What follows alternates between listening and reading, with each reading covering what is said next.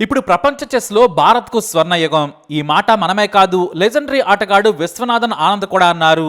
అంతేకాదు, ఆయన కారణంగానే దేశంలో ఎంతో మంది చెస్ జీనియస్లు పుట్టుకొస్తున్నారు. మరీ ముఖ్యంగా చెన్నై అయితే చెస్ ఛాంపియన్స్ హబ్ గా మారిపోయిందని చెప్పొచ్చు. ఇప్పుడు మన తెలుగు మూలాలున్న దొమ్మరాజు గుకేష్ ఏకంగా విశ్వ విజేతగా నిలిచాడు. అతనికి చిన్నప్పటి నుంచి ఒకటే కల, వరల్డ్ ఛాంపియన్ కావాలనేది ఆశ, అదే పట్టుదల. చిన్నప్పటి నుంచి తనతో పాటుగా ప్రజ్ఞానంద లాంటి జీనియస్లతో ఆటం కలిసి వచ్చింది. మంచి కోచ్లతో పాటు విశ్వనాథన్ ఆనంద్ కూడా గుకేష్ కి 7 ఏళ్ల వయసున్నప్పుడే చెస్ లోని మెలకువలు నేర్పారు. అలా చెస్ మీద మరింత ఆసక్తి పెంచుకున్నాడు గుకేష్. ఆసక్తికరమైన విషయం ఏమిటంటే, గుకేష్ ముత్తాత మన తెలుగు వ్యక్తే. అంటే తండ్రి రజనీకాంత్ తాత పుత్తూరు దగ్గరలోని పిచ్చాటూరు మండలం చెంచురాజు కండ్రిగ గ్రామానికి చెందిన వారు. ఇప్పటికీ తెలుగు ఆచారాలను పాటిస్తుంటారు. తిరుపతి వెంకన్న తమ ఇష్ట దైవం. తెలుగులో కూడా మాట్లాడతాడు గుకేష్. వాళ్ళ ఇంట్లో వాళ్ళందరికీ కూడా తెలుగు మాట్లాడటం తెలుసు. అయితే ఈఎన్టీ సర్జన్ గా రజనీకాంత్ చెన్నైలో స్థిరపడ్డారు. గుకేష్ తల్లి పద్మ మైక్రోబయాలజిస్ట్. 2006లో పుట్టిన గుకేష్ చిన్నప్పటి నుంచే తెలివైన విద్యార్థి. అయితే వెలమ్మల్ స్కూల్లో చెస్ నేర్పించేవారు. అప్పుడే ఆసక్తి పెంచుకొని ఇంటికి వచ్చిన తర్వాత చెస్ బోర్డ్ తెప్పించుకొని ప్రాక్టీస్ మొదలు పెట్టాడు. అయితే తండ్రి రజనీకాంత్ కు చెస్ ఆడటం తెలుసు.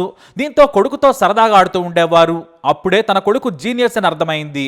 ఎందుకంటే చాలా సులువుగా తను ఓడిస్తున్న గుకేష్ కు శిక్షణ ఇప్పించారు ఆయన. మెల్లిగా 7 ఏళ్లకే చెస్ బోర్డుపై పట్టు సాధించాడు. దీంతో మరింత శిక్షణ ఇప్పించారు. కానీ గుకేష్ ఏ రోజు కూడా చెస్ ప్రాక్టీస్ చేయడం బోర్గా ఫీల్ కాలేదు. తన ప్రత్యర్థిని ఓడించేందుకు నిద్రాహారాలు మాని ఆడేవాడు. దీంతో 4వ తరగతి వచ్చేసరికి జీనియస్ అయ్యాడు.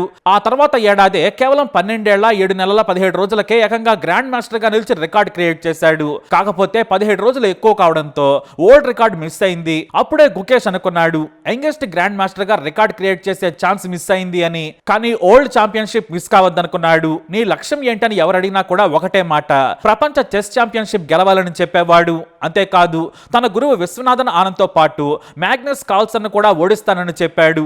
నిజంగానే ఓడించాడు కూడా. ఇద్దరు దిగ్గజాలను ఓడించి రికార్డ్ క్రియేట్ చేశాడు. ఆ తర్వాత చెస్ ఒలింపియాడ్ లో గోల్డ్ గెలుచుకున్న గుకేష్ ఆ తర్వాత ఆసియా గేమ్స్ లో రజతం గెలుచుకున్నాడు. అక్కడ నుంచి తన ఆటతో తిరుగులేని చెస్ రారాజుగా నిలబడ్డాడు. క్యాండిడేట్ చెస్ టోర్నీలో 17 ఏళ్లకే గెలిచి చరిత్ర సృష్టించాడు. అయితే ముందు నుండి కంప్యూటర్లతో ప్రాక్టీస్ చేయడంపై ఇష్టపడేవాడు కాదు. క్లాసిక్ చెస్ పైన ఎక్కువగా ఆసక్తి చూపించేవాడు. కానీ క్లాసికల్ ఫార్మాట్ తో కోచ్లతోనే ఎక్కువగా ప్రాక్టీస్ చేసేవాడు. ప్రత్యర్థి లోపాలని వ్యూహాలని ముందే పసిగట్టి ప్రాక్టీస్ చేస్తూ ఉండేవాడు. అయితే గుకేష్ కు అలవాటు ఉంది. ఏ టోర్నమెంట్ లో అయినా సరే ప్రతి మ్యాచ్ కి ముందు తన తల్లి పద్మతో పావుగంట సేపు మాట్లాడి మనసును తేలిక చేసుకుంటాడు. తల్లితో మాట్లాడితే తనకు మనసు తేలికవుతుందని తెలుసు.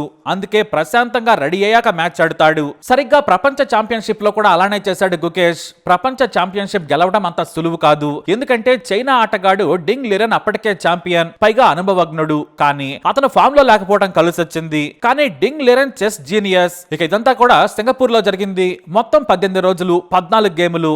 ఇన్ని రోజులు ఇన్ని గేమ్స్ లో ఆడి గెలవడం అంటే సామాన్య విషయం కాదు. లిరెన్ అప్పటికే ఛాంపియన్. చాలా వ్యూహాత్మకంగా చాలా ప్రశాంతంగా ఆడుతాడని పేరు. అయితే గుకేష్ దూకుడుగా ఆడుతాడు. కానీ ఏ మాత్రం ఒక్క పావు తప్పుగా కదిపినా కూడా గేమ్ లో ఓడినట్టే. అందుకే చాలా జాగ్రత్తగా ఆడాలి. ప్రత్యర్థి వ్యూహాలను చిత్తు చేయాలి. ప్రతి గేమ్ కు మెరుగుపడాలి, లేదంటే కష్టమే. అలాంటి ఛాంపియన్షిప్ లో లిరెన్ తో ఆడటం గెలవడం అంటే ఎంత ఒత్తిడితో ఉంటుందో తెలుసు. లిరెన్ డిఫెండింగ్ ఛాంపియన్ అన్న విషయం గుకేష్ కు బాగా తెలుసు. కానీ తన గురువు విశ్వనాథన్ ఆనంద్ తో ఆయన ఎన్నో వ్యూహాలు పన్నారు. లిరెన్ ఎలా ఆడతాడో ముందే తెలియదు కదా. తన టీం తనకుంది. తనకు ఒక గొప్ప కోచ్ ఉన్నాడు. కానీ గేమ్ లో ఆడి నిలబడి గెలవాల్సింది గుకేషే. అందుకే ప్రతి గేమ్ ను ప్రాణంగా పెట్టి ఆడాడు. 4-5 గంటల పాటు ఆట సాగేది. అంతటి మానసిక దృఢత్వం ఉండడం సాధారణ విషయం కాదు. మొత్తానికి 10 గేమ్లలో 8 డ్రాలు అయ్యాయి. అంతా ఉత్కంఠ.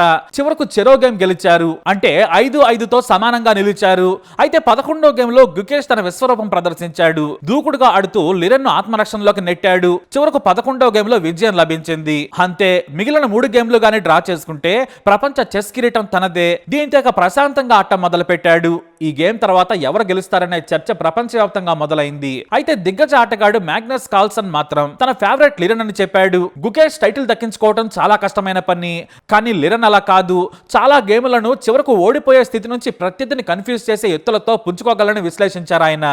అది నిజమే అన్నట్టు 12వ గేమ్ లో ఓడిపోయాడు గుకేష్. దీంతో ఇక టైటిల్ కష్టమైన పని అని తేలిపోయింది. ఇటు మ్యాగ్నస్ కార్ల్సన్ వేరు యూట్యూబ్ ఇంటర్వ్యూలలో కూడా లిరెన్ గెలుస్తాడని చెప్పారు. అతనిదే టైటిల్ అన్నాడు. కానీ గుకేష్ వదిలిపెట్టలేదు.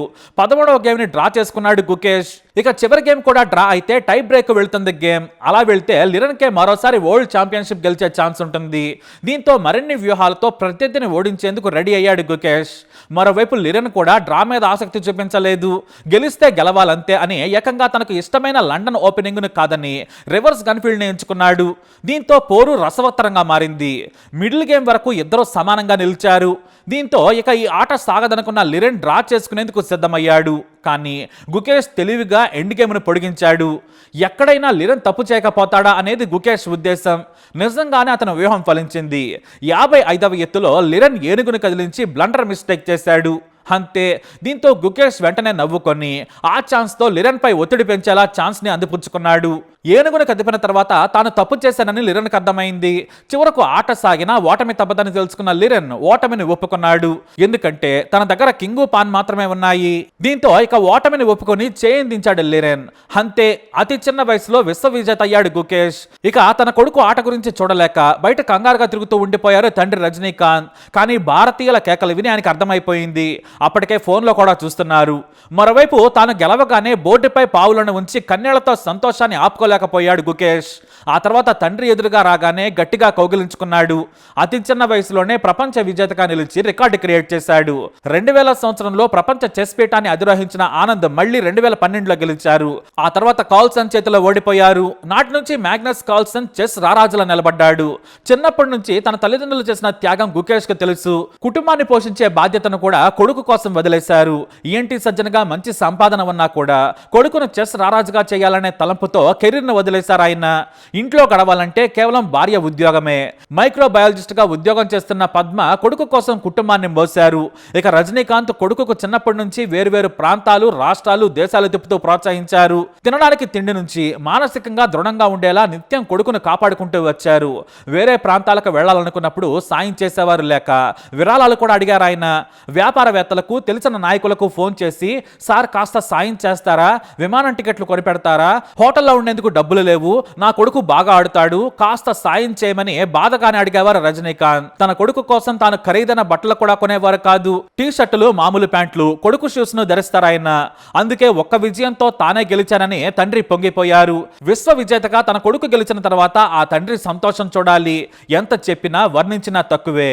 నాన్న త్యాగం, అమ్మ కష్టం నేటితో ఫలించింది. గుకేష్ కు ప్రపంచ చెస్ ఛాంపియన్షిప్ గెలిచినందుకు ఏకంగా 11,45,00,000 రూపాయల నగదు బహుమతి దక్కింది. మొత్తం ప్రైజ్ మనీ 21,17,00,000. కానీ ఒక గేమ్ గెలిస్తే 1,69,00,000 వస్తాయి. కాబట్టి 3 గేములు గెలిచిన గుకేష్ కు 5 కోట్లు, 2 గేములలో విజయం సాధించిన లిరన్ కు 3,38,00,000 దక్కాయి. మిగిలిన ప్రైజ్ మనీని ఇద్దరికి సమానంగా పంచారు నిర్వాహకులు. అయితే ప్రపంచ విజేతగా అవతరించిన తర్వాత మీడియాతో మాట్లాడారు గుకేష్. నా చిన్నప్పటి నుంచి ఇదే లక్ష్యం కోసం ఆడుతున్నా. ఈ రోజు నా కల తీరింది. గెలుపు కోసం నాకంటే నాన్న, అమ్మ ఎంతో ఎదురు చూశారు. అమ్మతో ఫోన్లో మాట్లాడి ఏడ్చేశాను. నా సంతోషం అలాంటిది. 2013లో కార్ల్సన్, ఆనంద్ ఆడుతుంటే బయట నుంచి చూశాను. ఇప్పుడు ఇక్కడే కూర్చొని ఆడి గెలిచాను. నా చేతిలో భారత పతాకం ఉంది. ఇంతకంటే ఏం కావాలి? కార్ల్సన్ గెలిచినప్పుడు మనకు దూరమైన ఆ ఛాంపియన్షిప్ను తీసుకురావాలనుకున్నాను. చిన్న వయసులో గెలవాలని నేను చిన్నప్పుడే చెప్పాను. అది గెలిచాను. అయితే నేను ఇప్పుడే కెరీర్ మొదలు పెట్టానని నాకు తెలుసు. ప్రపంచ ఛాంపియన్షిప్ గెలిచినంత మాత్రాన నేను అందరికంటే బెస్ట్ ప్లేయర్ని కాదని తెలుసు. కార్ల్సన్ నేటికి లివింగ్ లెజెండ్. అతని స్థాయికి చేరుకోవాలన్నదే నా కల. అందుకోసం కష్టపడుతున్నాను అన్నాడు గుకేష్.